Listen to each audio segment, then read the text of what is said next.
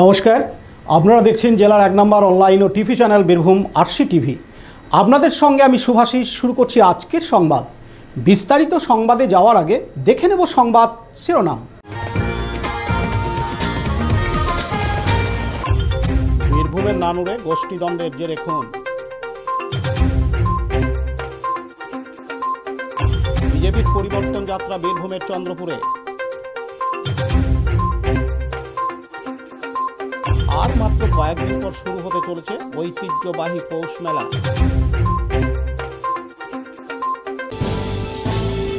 এবার সংবাদ বিস্তারিত। আবারও নানুর থানার বাসাপাড়ার পাতিসারা গ্রাম উত্তপ্ত। অন্নপূর্ণা পুজোর চাঁদা তোলাকে কেন্দ্র করে ঘটনায় মৃত 1, আহত 3। মৃত ব্যক্তির নাম রাজবিহারী সর্দার, আহত হয়েছেন মানব সর্দার, সুকুমার মেটে, ঢোলা মেটে। 4 জনকেই তড়িঘড়ি নিয়ে আসা হয় মঙ্গলকোট ব্লক হসপিটালে। সেখানে চিকিৎসকরা রাজবিহারী সর্দারকে মৃত বলে ঘোষণা করেন। 2 জনের অবস্থার অবনতি ঘটলে তাদের পাঠানো হয় বর্ধমান মেডিকেল কলেজ হসপিটালে। 1 জনকে প্রাথমিক চিকিৎসার পর ছেড়ে দেওয়া হয়। মৃত পরিবারের লোকজনদের অভিযোগ, তারা অন্নপূর্ণা পুজোর জন্য চাঁদা তুলছিলেন। হঠাৎ করে তাদের গ্রামের বেশ কয়েকজন তাদের উপর চড়াও হয় চাঁদা দেবে না বলে। তারা হলেন বুদ্ধদেব মাঝি ও রাজু মেটে।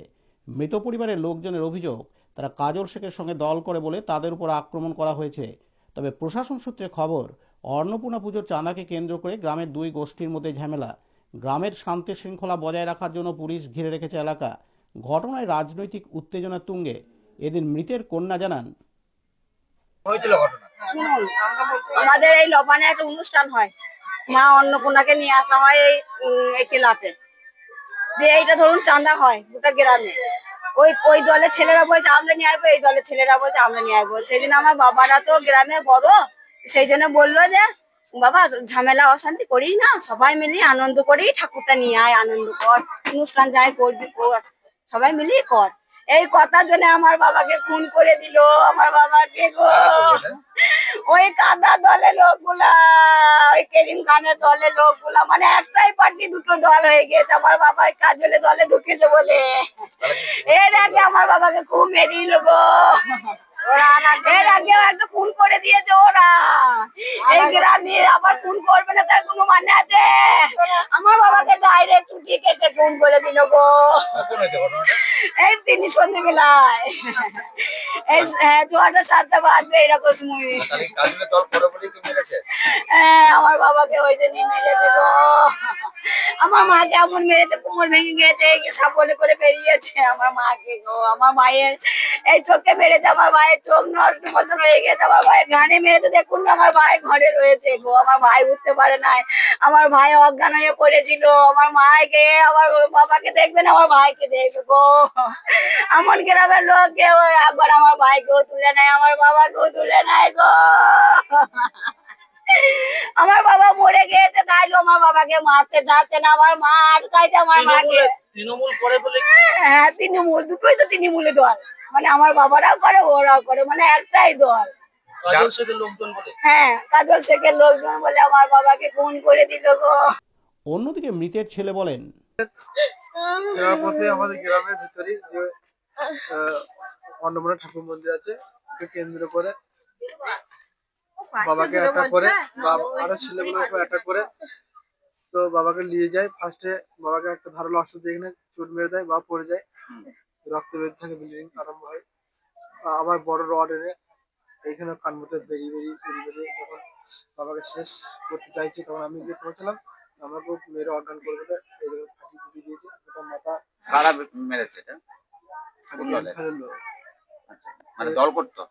হ্যাঁ, বাবা দল করতেন, কাজলের দল করতেন। আপনার বাবা কি দল করেন? বাবা বুথ সভাপতি। হঠাৎ করে এরকম মারলো, মেন কারণ হচ্ছে ওনাদের সাথে দল করেনি, একটা বৈশিষ্ট্য সৃষ্টি করার চেষ্টা, ওরা সেইভাবে দল করেনি। তার জন্য আমার নিজের চোখের সামনে বাবাকে এইভাবে খুন হতে হলো। আমি বাঁচাতে গেলাম, বা আমার সাথে আরো যারা ছিল তারা বাঁচাতে গেল, তাদের সব মাথা সব ফেটে আছে, 10টা 5টা পা চলে গেছে, এরকম ব্যাপার হয়ে আছে। কাজী আমিরুল ইসলামের রিপোর্ট, বীরভূম আরসি টিভি, নানুর।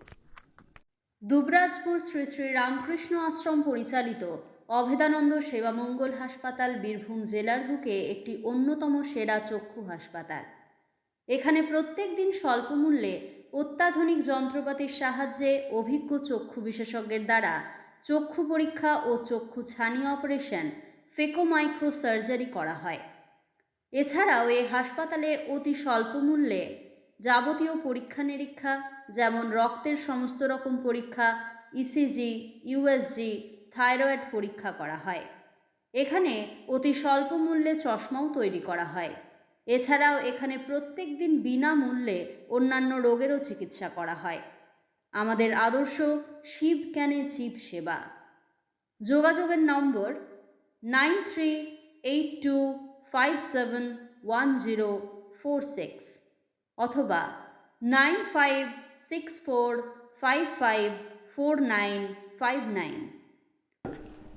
নমস্কার। দুবরাজপুর শ্রী শ্রী রামকৃষ্ণ আশ্রম পরিচালিত অভেদানন্দ সেবামঙ্গল হাসপাতাল, শ্রী ঠাকুর সত্যানন্দের প্রতিষ্ঠিত এই হাসপাতাল 1966 সাল থেকে এখানে এলাকার দুস্থ গরিব মানুষের যাবতীয় চিকিৎসা পরিষেবা, চোখের যাবতীয় চিকিৎসা এখানে বিনামূল্যে হয়। প্রত্যেক সপ্তাহে রবিবার এবং বৃহস্পতিবার বিনামূল্যে আমাদের চোখের ছানি অপারেশন করানো হয়, ফেকো মাইক্রো সার্জারি করানো হয়। এছাড়াও আমাদের হাসপাতালে অন্যান্য রোগের চিকিৎসা, সাধারণ রোগের চিকিৎসা, গাইনো, স্কিন এবং দাঁতের চিকিৎসা এখানে করা হয়। ডাক্তারবাবুরা আসেন এখানে। এছাড়াও বর্তমান আমাদের যে আধুনিক যে ল্যাবরেটরি, সেই প্যাথোলজি সেন্টারে আমাদের যাবতীয় রক্তের পরীক্ষা নিরীক্ষা, সমস্ত রকমের রক্তের পরীক্ষা নিরীক্ষা, ইউএসজি, এক্স-রে, ইসিজি সমস্ত কিছু করা হয়। আমি সাধারণ মানুষের কাছে আমি অনুরোধ করব, আবেদন করব, আপনারা আসুন, আমাদের এই চিকিৎসা পরিষেবা গ্রহণ করুন এবং আপনারা সুস্থ থাকুন। এই আমাদের প্রার্থনা। আপনাদের সুস্থ স্বাভাবিক জীবন আমরা প্রার্থনা করছি। সবাই সুস্থ থাকবেন। এবং আমাদের আরেকটি আবেদন আপনাদের কাছে, আমাদের অন্য কোনো ব্রাঞ্চ নেই, আমাদের একটাই ব্রাঞ্চ, অভেদানন্দ সেবামঙ্গল হাসপাতাল, দুবরাজপুর ব্লকের সামনে। এটি আমাদের একমাত্র ব্রাঞ্চ। নমস্কার। ভারতীয় জনতা পার্টির সিউড়ি বিধানসভার সিউড়ি 3 নম্বর মণ্ডলের পক্ষ থেকে গতকাল শুক্রবার 5ই ডিসেম্বর সন্ধ্যায় চন্দ্রপুর থানার অন্তর্গত চন্দ্রপুর বাস স্ট্যান্ডে আয়োজন করা হয়েছিল একটি সভার। উপস্থিত ছিলেন বিজেপি নেতা শ্যামল গোস্বামী, রাজনগর পঞ্চায়েত সমিতির বিরোধী দলনেতা অনুপ গড়াই, 3 নম্বর মণ্ডল সভাপতি ধনঞ্জয় দাস, বিজেপি নেতা বংশীধর মালি, সঞ্জয় সেন সহ বিজেপি নেতা ও কর্মীরা। এই সভা থেকেই এসআইআর এর বিভিন্ন বিষয় তুলে ধরা হয় এবং জনগণকে জানানো হয় দেশের ও জনগণের স্বার্থে এসআইআর কতটা প্রয়োজন। এই সভা থেকেই 2026 সালের বিধানসভা নির্বাচনে তৃণমূল কংগ্রেসের বিসর্জনের ডাক দেওয়া হয় এবং দুর্নীতিপরায়ণ তৃণমূল কংগ্রেসের নেতাদের বিভিন্ন দুর্নীতির কথাও তুলে ধরা হয়। বলছি, আজকে চন্দ্রপুরে যে সভাটি হলো, সেই সভাটি কি উপলক্ষে? ভারতীয় জনতা পার্টির এটা পরিবর্তন যাত্রা। সারা পশ্চিমবাংলায় আজকে 600-র উপর একই সময়ে এই সভাটা হচ্ছে প্রত্যেক শক্তি কেন্দ্র। অর্থাৎ আজকে 5টার সময় চন্দ্রপুর যেমন সভা হয়েছে, তেমনি সারা পশ্চিমবাংলায় বিভিন্ন জায়গায় এই সভা হয়েছে। এই সভা হচ্ছে যে তৃণমূলের যে অন্যায়, যে অত্যাচার, এসআইআর নিয়ে যে দুর্নীতি এবং বিভিন্ন মানুষের ক্ষতি এবং হচ্ছে মহিলাদের প্রতি যে অত্যাচার, সেই অত্যাচারের প্রতিবাদে এই সভা। এবং আগামী দিনে 26-এ নির্বাচন হবে, সেই নির্বাচনে তৃণমূলের বিসর্জন এবং বিজেপির জয়, এই লক্ষ্য নিয়েই আজকের এই সভা। সোমনাথদের report, Birbhum RC TV, Chandrapur. আর মাত্র কয়েকদিন পর শুরু হয়ে যাবে ঐতিহ্যবাহিত পৌষ মেলা। এই পৌষ মেলাকে ঘিরে চলেছে প্রস্তুতি, কিন্তু দেখা গেল শান্তিনিকেতনের পূর্বপল্লীর মেলার মাঠে গাছের ডাল ছাঁটাই শুরু করেছে বিশ্বভারতী কর্তৃপক্ষ। ঠিক এখানেই আপত্তির সুর তুলেছেন পরিবেশ প্রেমীরা। তাদের অভিযোগ, প্রয়োজনীয় ছোট ডাল ছাঁটাইয়ের বদলে নির্বিচারে কেটে ফেলা হচ্ছে বড় বড় গাছের ডাল। এমনকি নিম, পলাশ, ছাতিমের মতো গুরুত্বপূর্ণ গাছের বড় ডালও নষ্ট করা হচ্ছে, যা পরিবেশের পক্ষে ক্ষতিকর। শান্তিনিকেতনের বসবাসকারীরা জানান, প্রতিদিন সকালে যারা ওই পথ দিয়ে হাঁটেন, তাদের মতে ফেব্রুয়ারির পর বীরভূম জেলার যে প্রচণ্ড গরম পড়ে, সেই সময় এই গাছগুলি ছায়া দিয়ে পথচারীদের স্বস্তি দেয়। বড় ডাল কাটার ফলে সে প্রাকৃতিক শীতলতা কমে যাবে। যদিও বিশ্ববিদ্যালয় সূত্রে জানানো হয়েছে ছাঁটাইয়ের জন্য বন দপ্তরের কাছ থেকে অনুমতি নেওয়া হয়েছে, তবে পরিবেশপ্রেমীদের মত, প্রস্তুতি চলুক, কিন্তু সংবেদনশীলতা বজায় রেখে।